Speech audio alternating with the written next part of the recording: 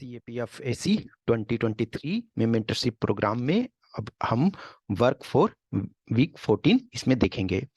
अभी तक आपने 4 सब्जेक्ट्स को इधर कंप्लीट किया, history, polity, economy and science. अब जो है हम ज्योग्राफी पे स्टार्ट करेंगे। तो ये सब्जेक्ट आपका होता है तो मेजॉरिटी आपका इधर हो जाएगा। फिर जो आपका एक बचेगा एक तरह से क्वांट और एप्टीट्यूड।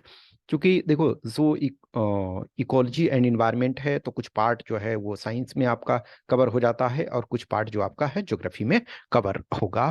क्योंकि जो सब्जेक्ट जो है वो वाटर टाइट कंपार्टमेंटलाइजेशन नहीं है कि स्पेसिफिक ये है सब्जेक्ट है ये बुक है, ऐसा नहीं होता है। आपको मिक्स चीजें ये रहती है। पेपर 2 आपका पैरेलली चल रहा है करीब करीब। अब उसमें से हमने सारी चीजों को आपको जो इम्पोर्टेंट जो टॉपिक्स जो सारी चीजें हैं वो हमने दिया है। और जो राइटिंग प्रैक्टिस है वो आपका कंटिन्यू चलता रहेगा जब तक कि आपका ये एग्जाम होता है।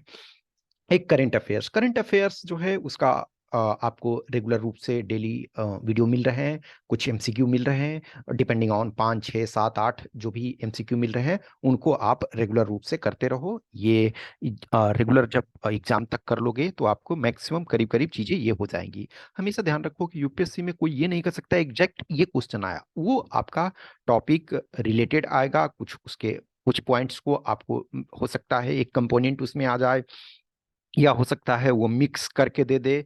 तो उस वे में होलिस्टिक वे में देखना है। अब जैसे फॉर एग्जांपल हिस्ट्री होता है तो करंट अफेयर्स हो सकता है कुछ हिस्टोरिकल इवेंट का 100 ईयर्स पूरा हुआ हो, 150 ईयर्स पूरा हुआ हो, 200 ईयर्स पूरा हुआ हो, या 1000 ईयर्स पूरा हुआ हो, डिपेंडिंग ऑन। तो उसको एक तरह से पूछा जाता है। फिर ज्योग्राफी में देखोगे दुनिया के कुछ जो भी कंट्री हैं प्लेसेस हैं जो चर्चा में है वो आपसे पूछा जाता है। सेम सिचुएशन सारे सब्जेक्ट्स में। अब पॉलिटी में कुछ लॉ आया, कुछ नया अमेंडमेंट कॉन्स्टिट्यूशन में हुआ, या सुप्रीम कोर्ट ने कुछ ऑब्जर्वेशन दिया, या कोई जो भी पीआईएल फाइल हुआ, ये सब सारी चीजें होती है तो उससे रिलेटेड करना है। तो अब इसमें से हम ज्योग्राफी को स्टार्ट करेंगे। तो पेपर 1 में आपका ज्योग्राफी है तो ये वाला टास्क जो आपका है 26 दिसंबर तक कंप्लीट करना है आपका ऑब्वियसली ज्योग्राफी में। और ये चलेगा, ये ज्योग्राफी का पार्ट 1 है। ओके, सो ये इसमें से स्टार्ट हुआ। अब ज्योग्राफी में यदि हम नंबर ऑफ क्वेश्चंस को देखें तो इनिशियली देखोगे कि इसमें से क्वेश्चंस इनफैक्ट कंटिन्यूअस 2012 से हमने लिया है तो 20 प्लस क्वेश्चंस थे। इधर देखो 129 है तो सॉरी 19 है, तो ये आपका क्लोज में। यहाँ देखो हाईएस्ट नंबर है 2017 में 26 क्वेश्चन, और इसमें से देखोगे 2020 में लोएस्ट है आपका ये 13 क्वेश्चन।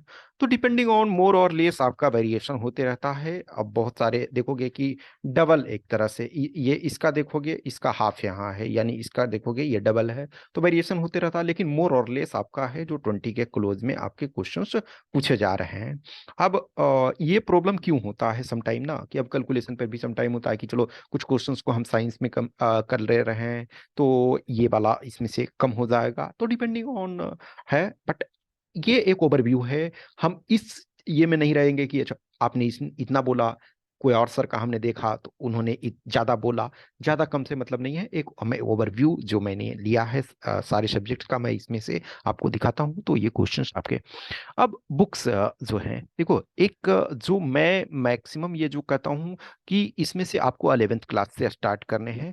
तो 11th क्लास में आपके 2 बुक हैं, एक फंडामेंटल ऑफ फिजिकल ज्योग्राफी और इंडिया का फिजिकल इन्वायरमेंट।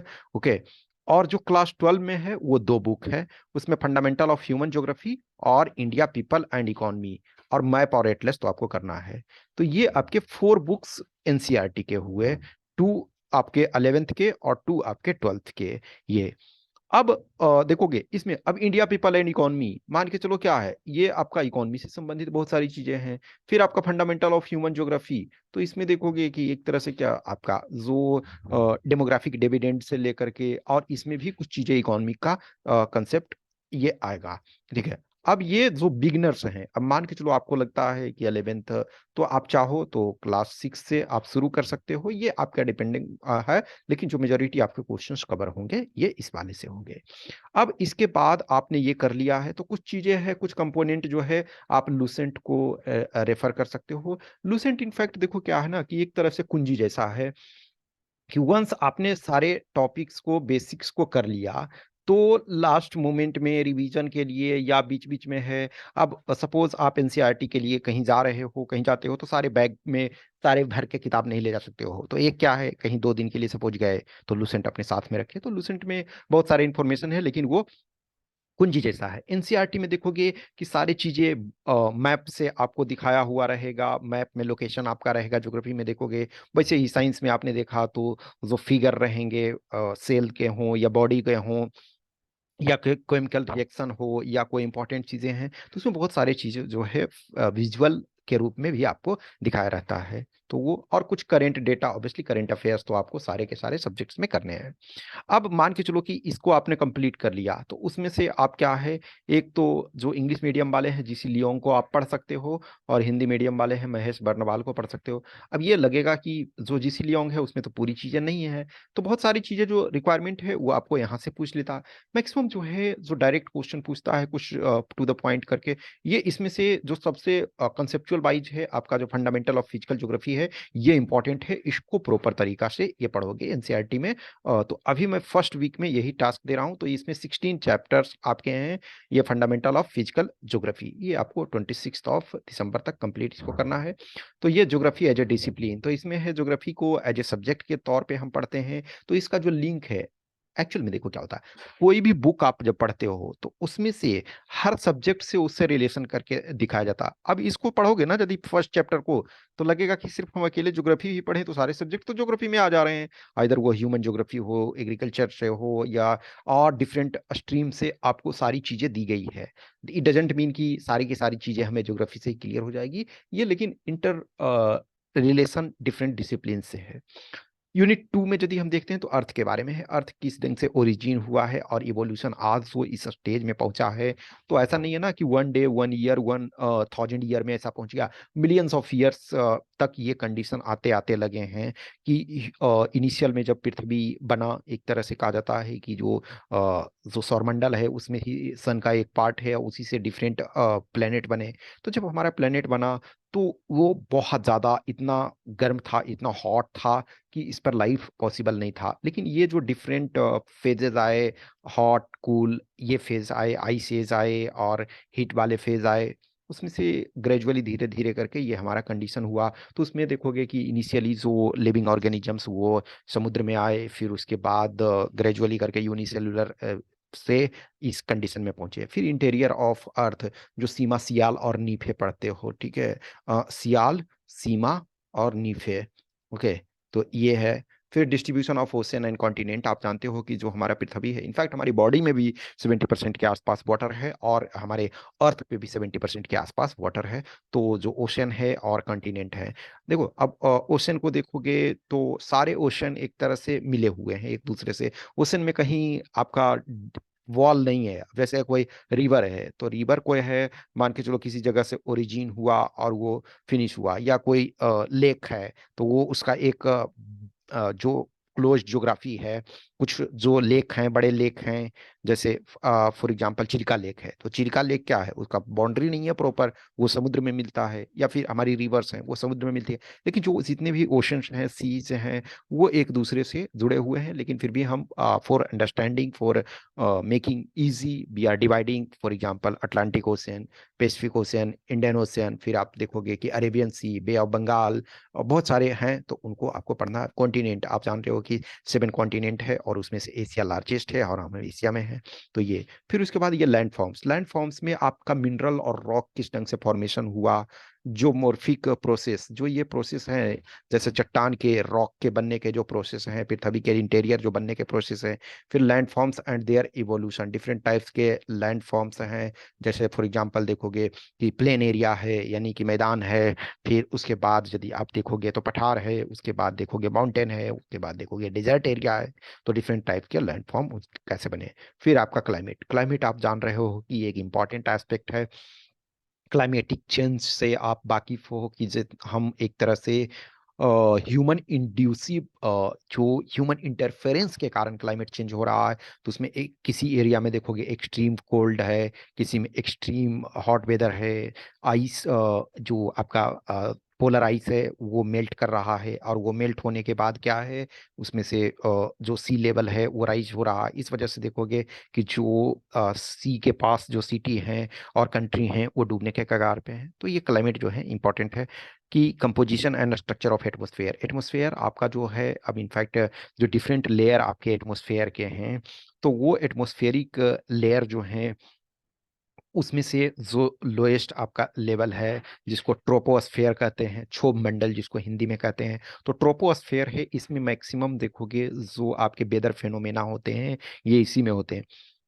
उसके बाद यदि आप ट्रोपोस्फेयर से आप ऊपर जाते हो स्ट्रेटोस्फेयर, स्ट्रेटोस्फेयर में एक तरह से देखोगे कि जो चीज़ें हैं वो करीब करीब एक तरह से कांस्टेंट है, कांस्टेंट इन द सेंस आप देखोगे कि वहाँ जो इतने डिस्टरबेंसेस जो एटमॉस्फेरिक हैं वो उसमें नहीं है। इसी वजह से जो प्लेन हैं, एरोप्लेन हैं, वायुयान हैं, वो उसमें उड़ते हैं ताकि उसमें से ये प्रॉब्लम क्रिएट ना हो। अब सोचो, मान के चलो कि एक प्लेन है, वो कम ऊंचाई पे उड़ेगा, अब नीचे आंधी तूफान ये सब आ रहा है तो आएगा, तो उससे उसको डिस्टर्ब होगा, डैमेज होने का खतरा रहता है। इवन सोचो एक चिड़िया, एक बहुत छोटा सा चिड़िया रहता है, जब वो टकरा जाता है मोशन में तो प्लेन को बहुत बार ये नुकसान हो जाता है। तो इस पॉइंट ऑफ व्यू से तो हम एटमॉस्फेयर का कंपोजिशन वो हमारे लिए बहुत इंपॉर्टेंट है आज के डेट में। फॉर एग्जांपल जो आप इंटरनेट यूज कर रहे हो, कम्युनिकेशन यूज कर रहे हो, सैटेलाइट्स हैं, तो डिफरेंट सैटेलाइट्स वगैरह भी आपके वो प्लेस किए जाते हैं। फिर आपका solar radiation, heat balance and temperature. So आप ये जान रहे हो कि जो हमारा अर्थ है वो सन से सोलर लाइट प्राप्त करता है, उसमें लाइट भी और हीट भी। तो हीट जो बजट होता है, यानी कि हीट जितना एक तरह से आ रहा है वो उतना आपका लौट जा रहा है। यदि जितना आ रहा है उतना नहीं लौटता है, इसका मतलब है पृथ्वी गर्म हो रहा। तो 100% अभी नहीं हो रहा, लिटिल जस्ट ये एब्जॉर्ब हो रहा है, क्योंकि कार्बन डाइऑक्साइड का जो है मात्रा वो बढ़ता जा रहा है, इस वजह से हमारा टेम्परेचर बढ़ता जा रहा है। नेक्स्ट आपका है फिर atmospheric circulation and weather system. जो हवा बहती है तो डिफरेंट टाइप्स के जो मौसम होते हैं वो। फिर आपका है वाटर इन द एटमॉस्फेयर। आप जो रेन होता है, जो वाटर साइकिल है, तो वाटर एटमॉस्फेयर में समुद्र से, नदी से, झील से आप जो कपड़े सुखा रहे हो और जो खुले में पानी रख रहे हो, तो वो क्या हो, इवेपोरेट होता है। इवेपोरेट होकर के एटमॉस्फेयर में जाता है, फिर एटमॉस्फेयर में जा करके वो बादल बनता है। फिर जब उसकी डेंसिटी इतनी हो जाती है कि जब क्लाउड सीडिंग होता है, और उसके बाद फिर वो पानी के फॉर्म में, बारिश के फॉर्म में गिरता है, और ये वाटर चक्र चलता रहता है। यदि एटमॉस्फेयर में वाटर को कैरिंग करने की कैपेसिटी ना हो तो फिर हमारे पास रेन भी नहीं होगा, तो ये साइकिल चलता है। फिर world climate and climate change. तो इसमें से बहुत सारी चीजें, जैसे फॉर एग्जांपल आप इंग्लिश वाले हो तो जीसीडीओंग वगैरह में पढ़ोगे तो बहुत सारा चीज और डिटेल में पढ़ सकते हो। फिर है आपका है वाटर।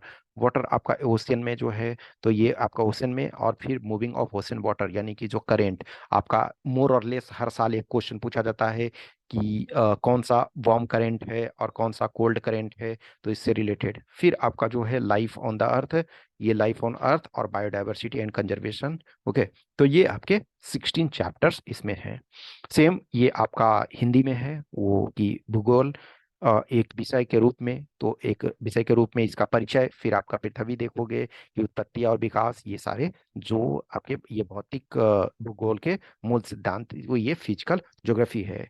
जो नेक्स्ट एक बुक होगा तो ऑब्वियसली हम नेक्स्ट सेशन में उसको देंगे, तो उसमें इंडिया का फिजिकल ज्योग्राफी। ये क्या है, ये एक्चुअल स्पेसिफिक इंडिया का केस में नहीं है, ये आपका ये फिजिकल ज्योग्राफी है। ये physical geography in the sense है कि होल अर्थ को हम एक्चुअल में यदि देखा जाए तो ये क्या है, होल वर्ल्ड का हमको पढ़ना है थ्योरेटिकल कंसेप्ट। जो नेक्स्ट इंडिया के फिजिकल इन्वायरमेंट पढ़ोगे तो उसमें इंडिया के एक संबंध में स्पेसिफिक की हमारी जो स्पेसिफिक नदियां हैं, हमारे ज्योग्राफिकल डिस्ट्रीब्यूशन है, हमारे यहाँ जो जंगल हैं, तो वो इंडिया के संबंध में पढ़ोगे।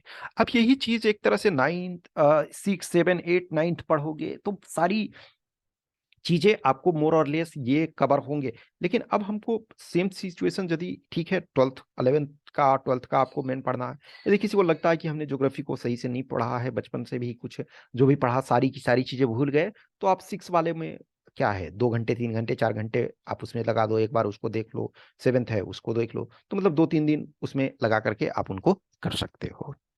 पेपर 2 में है जो रिमेन राइटिंग के बहुत सारे आपको टॉपिक्स दिए गए हैं। जो टॉपिक्स अभी बचे हुए हैं, जो टॉपिक्स अभी और करने हैं, उसको ये करो।